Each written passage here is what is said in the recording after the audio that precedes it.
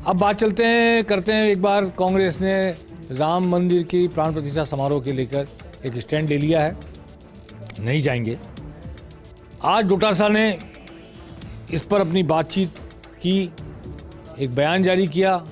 आइए सुनते हैं डोटासरा ने क्या कहा राम मंदिर के प्राण प्रतिष्ठा समारोह को लेकर और उसमें जाने नहीं जाने के मुद्दे पर। और उन्होंने ये कहा है कि पार्टी का दफ्तर अलग चीज़ है, राम मंदिर अलग चीज़ है, बहुत सारी बातें उन्होंने कही। आइए सुनते हैं डोटासरा ने क्या कहा। राम मंदिर और अयोध्या भारतीय जनता पार्टी का कार्यालय है क्या? हमारे श्री राम जी का मंदिर है, हमारी सबकी आस्थाएं हैं। हम उनके कहने से जाएंगे और उनके कहने से रुकेंगे क्या?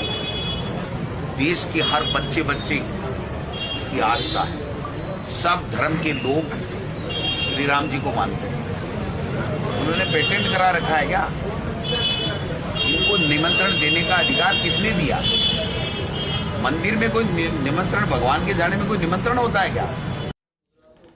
उन्हें मंदिर में बुलाने का अधिकार किसने दिया? उनका पेटेंट है क्या? ये सवाल उठाया गोविंद सिंह डोटासरा, पीस चीफ ने। जवाब दिया सिविल लाइन के भाजपा विधायक गोपाल शर्मा ने।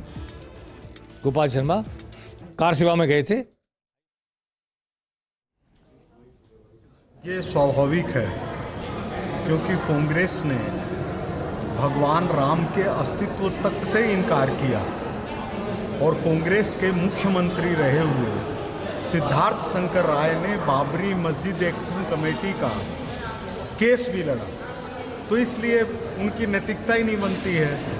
और हनुमान चालीसा में है कि भूत पिशाच निकट नहीं आवे, महावीर जब नाम सुनावे।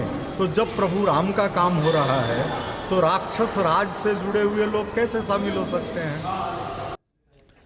तो गोपाल शर्मा जी ने राक्षस राज कह दिया कांग्रेस के राज को और कांग्रेसियों को राक्षस बता दिया। चलिए बहस भी अब आगे बढ़ेगी। राम कौन, राक्षस कौन, राम किस भक्त, राक्षसों के साथ कौन किसके साथ, लोकसभा चुनाव तक बहस चलती रही। आज एक बड़ी घटना हुई है। आज डिप्टी सीएम प्रेमचंद बैरवा ने एक मीटिंग ली परिवहन विभाग की और परिवहन मंत्री के रूप में उन्होंने बैठक ली। इस बैठक में एक बैंक के रिटायर्ड अधिकारी प्रेमचंद बैरवा की बगल में बैठे थे और इस बैठक में 2 आईएएस अधिकारी भी थे, आरएएस अधिकारी भी थे। ये जो रिटायर्ड बैंक के कर्मचारी अधिकारी बैठे थे, ये किस रूप में बैठे थे, किस पोजीशन में बैठे थे, ये वहाँ पे स्पष्ट नहीं हुआ। और रिटायर्ड बैंक अधिकारी क्या डिप्टी सीएम के ओएसडी हैं या डिप्टी सीएम के क्या है, मतलब उस विभाग में ये अधिकारी जो मौजूद थे वो समझ नहीं पाए उनको बगल में देखकर। और फिर बड़ी बात तब हुई जब ये रिटायर्ड अधिकारी महोदय ने सवाल पूछ लिए 2 आईएएस अधिकारियों से। अब वो इधर उधर बैठक में देखने लगे कि क्या जवाब दें, कैसे जवाब दें, क्यों जवाब दें। कई सारे मुद्दे उठे। ये जो रूल्स ऑफ बिजनेस है और जो प्रक्रिया है काम करने की मंत्रालयों की, विभागों की, उसमें कौन किस बैठक में शामिल हो सकता है, कौन अधिकारी है, ये स्पष्ट पता होना चाहिए। और जो बैठ रहा है किसी विशेषज्ञ के रूप में बैठ रहा है, आपके सहायक के रूप में बैठ रहा है, आपके सहयोगी के रूप में बैठ रहा है, किस आइडेंटिटी के साथ बैठ रहा है, ये बात मीटिंग में बैठे हुए सभी लोगों को बताई जानी चाहिए ताकि वो उन्हें वापस जवाब देते समय ध्यान में रखें कि उनसे क्या पूछा जा रहा है, क्यों पूछा जा रहा है, किसके द्वारा पूछा जा रहा है, पूछा जाने वाला व्यक्ति अधिकारी भी है कि नहीं है, इसको पूछने का ये सब पता हो, तब अधिकार को जानकर जवाब देने वाला भी उतनी गंभीरता से जवाब देता है।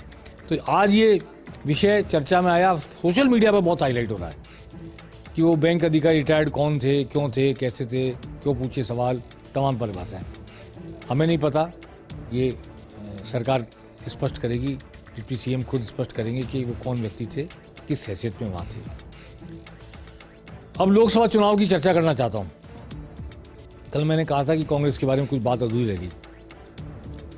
कांग्रेस ने 25 लोकसभा सीटों के लिए 25 कोऑर्डिनेटर नियुक्त कर दिए। कोऑर्डिनेटर है, समन्वयक, पर्यवेक्षक नहीं है।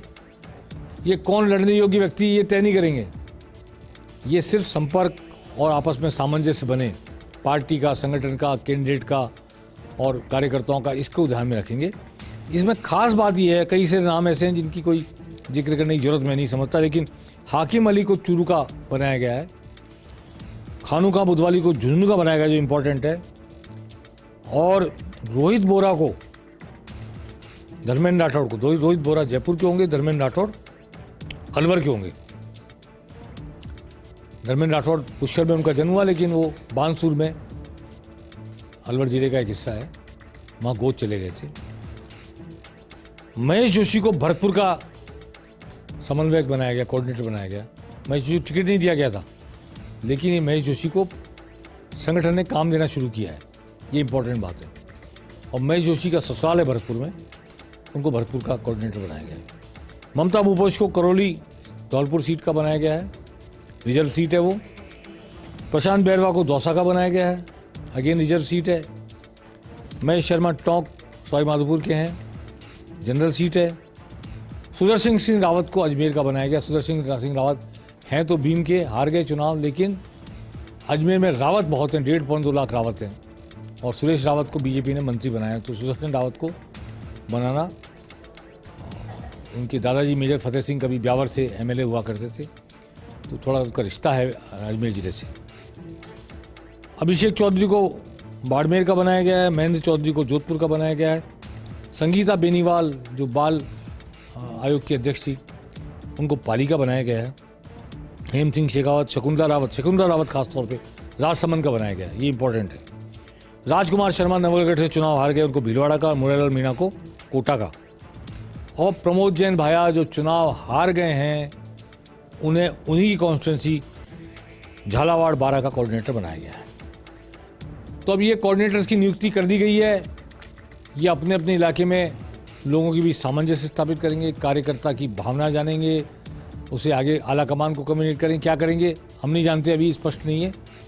पर हाँ, बीजेपी ने, कांग्रेस ने बीजेपी का मुकाबला करने के लिए जो 25 की 25 सीटें जीत कर बैठी है, 25 हनुमान बेनीवाल की भले है, लेकिन अलायंस में, गठबंधन में जीती हनुमान बेनीवाल ने, इसलिए 25 से 25 मानी जाएंगी। उस वक्त वो एनडीए के सदस्य थे। तो 25 सीटों को कैसे उनको कम किया जाए, मोदी की दोबारा वेव चलेगी, राम मंदिर की वेव चलेगी, इसमें कैसे खड़े रहा जाए। और ख़ासतौर पे जैसे अलवर में वो 8 में से 6 सीटें जीते हैं विधानसभा की, सीकर में ऐसे ज़्यादा सीटें जीते हैं, 8 में से ज़्यादा हैं, 5-6 हैं। तो ये इस तरह कई लोकसभा क्षेत्र हैं जहाँ पे ज़्यादा सीटें जीती है कांग्रेस, और वो ये संभावना मान के चलती है कि वो मुकाबला कर पाएगी बीजेपी का। हालांकि कांग्रेस को 25 सीटों पर लड़ने लायक 25 प्रत्याशी खोजने होंगे जो बीजेपी को टक्कर दे सके, क्योंकि बीजेपी का प्रत्याशी तो केवल नाम मात्र का प्रत्याशी होता है, वो कमल का निशान, राम मंदिर और मोदी, उसके पास 3 चीजें हैं। तो कांग्रेस को अब इन 3 चीज़ों से मुकाबला करने के लिए 25 मजबूत कैंडिडेट ढूंढने होंगे, खड़े करने होंगे। इस खोज में, इस ढूंढने में उसे हो सकता है कई अपने वर्तमान विधायकों को चुनाव लड़वाना पड़े। इनका जिक्र मैं किसी दिन फिर करूंगा। प्लेंटी कॉर्नर में आज बस इतना ही। नमस्कार।